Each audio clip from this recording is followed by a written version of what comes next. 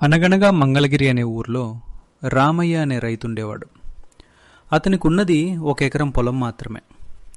ఒకరోజు వర్షం పడకముందే పొలాన్ని సిద్ధం చేయాలని రామయ్య కష్టపడి దున్నుతుండగా నాగలికి ఏదో గట్టిగా తగిలింది.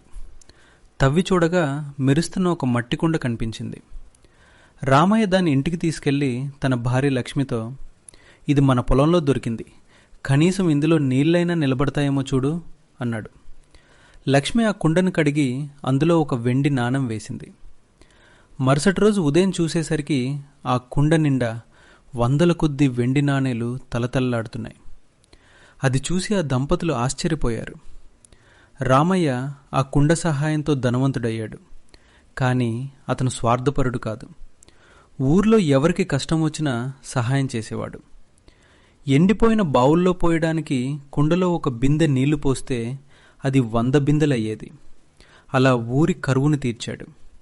కానీ ఈ వార్త ఊరి భూస్వామి జగన్నాథం చెవిన పడింది. జగన్నాథం పరమలోభి. నా పొలం పక్కనే ఉన్న రామయ్య పొలంలో దొరికిందంటే అది నాకే చెందాలి అని కుట్రపన్నాడు. భటులను పంపి రామయ్యను బెదిరించి ఆ కుండను బలవంతంగా లాక్కుపోయాడు. జగన్నాథం ఆ కుండను తన గదిలో రహస్యంగా దాచాడు.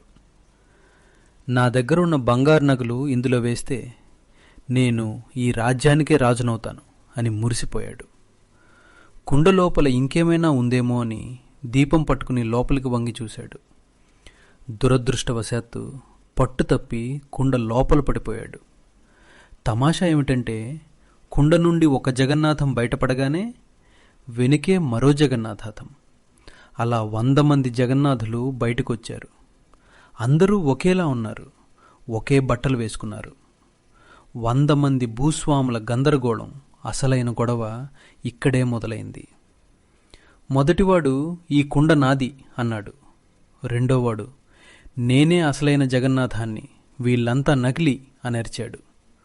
మూడోవాడు వెళ్ళి భూస్వామి భార్య దగ్గరికి వెళ్ళి "నేనే నీ భర్తను" అన్నాడు. 100 మంది జగన్నాథులు ఒకరినొకరు కొట్టుకోవడం, వడం, జుట్టు పట్టుకుని లాక్కోవడం మొదలుపెట్టారు. ఆ గందరగోళంలో కుండ కాస్త దొర్లి ముక్కలైపోయింది. కుండ పగిలిపోగానే ఆ 100 మంది జగన్నాథులు కూడా గాలిలో కలిసిపోయారు. కానీ అసలైన జగన్నాథం మాత్రం ఆ దెబ్బకి స్పృహ తప్పి పడిపోయాడు. పాఠం నేర్చుకున్న భూస్వామి చివరికి జగన్నాథానికి తెలివొచ్చింది. తన దురాశ వల్ల ప్రాణాల మీదకు వచ్చిందని గ్రహించాడు. రామయ్య దగ్గరికి వెళ్ళి క్షమాపణ చెప్పి అతనికి రావాల్సిన పొలాన్ని తిరిగిచ్చేశాడు. మాయాకుండ పోయిన రామయ్య తన కష్టార్జితంతో ప్రశాంతంగా జీవించాడు.